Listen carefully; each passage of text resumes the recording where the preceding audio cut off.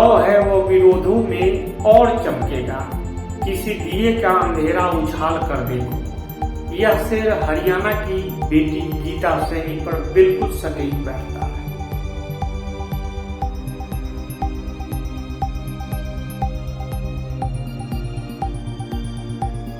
प्रधानमंत्री मोदी के जन्म दिवस के उपलक्ष्य में आयोजित सेवा व समर्पण अभियान के तहत होने वाले कार्यक्रमों में से एक हमारी बेटियों हमारा गौरव में हरियाणा राज्य की जिन 71 बेटियों को सम्मानित किया गया, उनमें एक मुख्य नाम गीता सैनी का भी था। हालांकि गीता सैनी का नाम न तो हरियाणा वासियों और न ही देशवासियों के लिए अनसुना है, क्योंकि उनकी उपलब्धियां और सम्मान की फहरिस्त काफी लंबी है। इससे पहले भी गीता सैनी ने कई अवार्ड जीते हैं, लेकिन अभी हाल में ही 2021 का गोल्ड मेडल इन्हीं के झोली में आया। गीता सैनी ने 2021 गोल्ड मेडल हासिल कर हरियाणा का गौरव बढ़ाया। इससे पहले भी 2019 का गोल्ड मेडल IBBF इन्हीं के नाम है। अब तक गीता सैनी ने एशियन चैंपियनशिप 2018 में चौथे स्थान पर ब्रांज जीतकर अपने देश और हरियाणा का गौरव और सम्मान बढ़ाया। भारतीय परंपराओं का निर्वाह करने वाली हरियाणा की लड़कियों पर यह बात एकदम खरी उतरती है। हरियाणा की लड़कियां तमाम संघर्षों के बावजूद तिरंगे की प्रतिष्ठा को दुनिया भर में मुकाम दिलाया। उससे यह स्पष्ट है कि आने वाले दिनों में हरियाणा की लड़कियां अपने नया परचम लहराएंगी।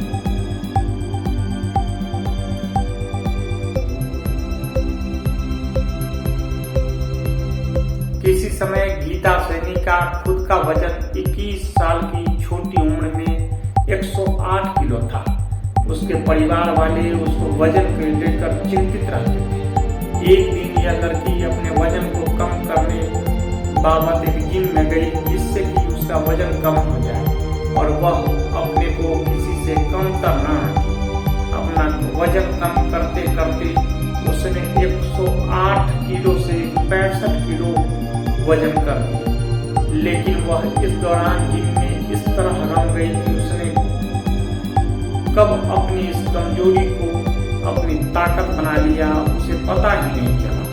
उसने ठान लिया था कि वह अभी इसे अपनी जिंदगी का हिस्सा बनाएगी और बॉडी बिल्डिंग को ही अपना प्रोफेशन भी बनाएगी। खेल खेल में वह बॉडी बिल्डिंग के प्रोफेशन में आ गई। आज स्थिति यह है कि राष्ट्रीय स्तर पर उसने तमाम तरह की प्रतियोगिताओं में पदक हासिल किए।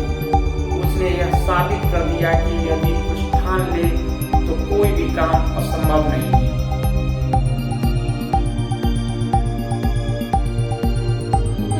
देश और समाज को एक नई दिशा देने का काम कर रही है, जिसने अपनी कमजोरी को ही अपनी ताकत बनाई है।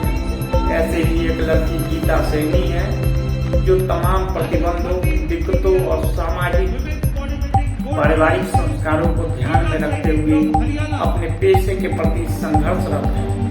गुरुग्राम के सिविल अस्पताल सदर बाजार में 1988 में जन्मी गीता के इस मुकाम तक पहुंचने के पीछे गीता की अपनी दर्द भरी कहानी भी है, जो अपने मन में समेटे हुए बॉडी बिल्डिंग को ही अपना सब कुछ मान चुकी है।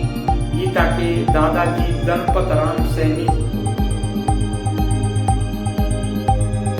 के प्रेरित करने पर वह पहल जिम गई थी, लेकिन जब वह नहीं रहे तो एक बार तो गीता डिप्रेशन में आ गई और उसने जिम को कुछ दिन तक अलविदा कर दिया। लेकिन फिर दादाजी को दिया वचन याद आने पर एक बार फिर गीता ने जिम जाना शुरू किया।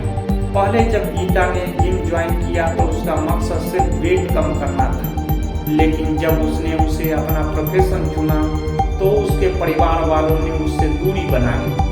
गीता बताती है कि जब मैंने अपने बॉडी बिल्डिंग में जाने के अपने फैसले को अपने घर वालों से बताया तो मेरे घर वालों को अच्छा नहीं लगा। लेकिन ऐसे में बड़े भाई सचिन सैनी, जो कि स्वयं भी बॉडी बिल्डर है, को लगा कि मेरी बहन दृढ़ प्रतिज्ञ है और वह ठान लेगी वही करेगी। अंततः बड़े भाई होने के नाते उन्होंने उसे पूरा सहयोग दिया। 2-3 कैटेगरी थी, women body building, body fitness bikini दीवार और बॉडी फिजिक्स। इसमें से मुझे एक को चुनना था।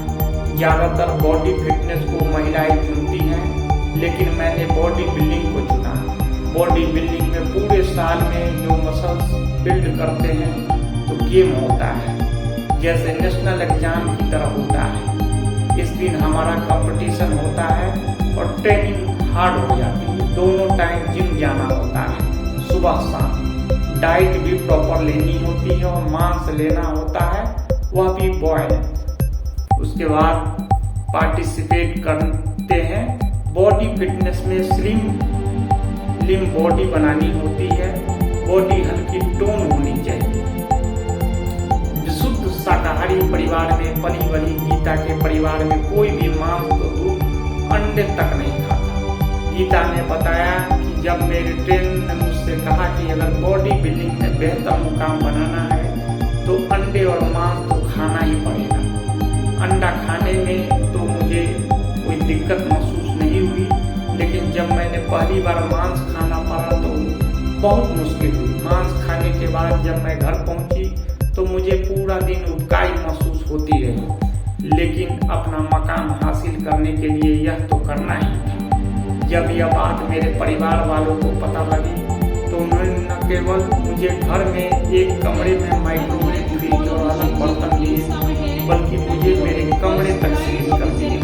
मुझे अपने कमरे या घर की छत पर ही मांस खाने की इजाजत थी। ऐसे में मुझे मेरे मित्रों ने भरपूर सहयोग किया।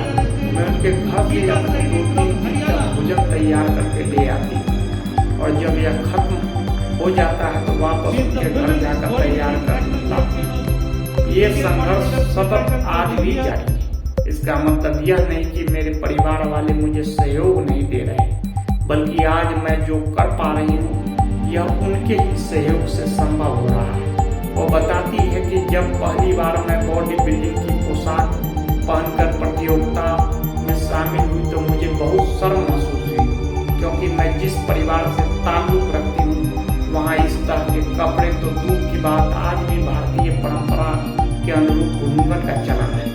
बहरहाल मंजिल मुश्किल जरूर है, लेकिन अब पाने की भी जिद है। वह कहती है कि प्रोफेशन आपको चुनता है, न कि आप उसे चुनते हैं। बता दें कि गीता को बचपन से ही ड्राइंग में रुचि थी। इससे पहले गीता 3D एनिमेशन में 2nd सेमेस्टर तक आगे बढ़ चुकी थी और उन्हें उसे बीच में ही छोड़कर इस प्रोफेशन को चुना। हालांकि घर वालों ने काफी विरोध किया कि पहले क्यों नहीं सोचा और उसमें दाखिला लिया ही क्यों, और गीता नहीं रुकी, उसके कदम नहीं डगमगाए। गुरुग्राम से निशा सोनी की स्पेशल रिपोर्ट।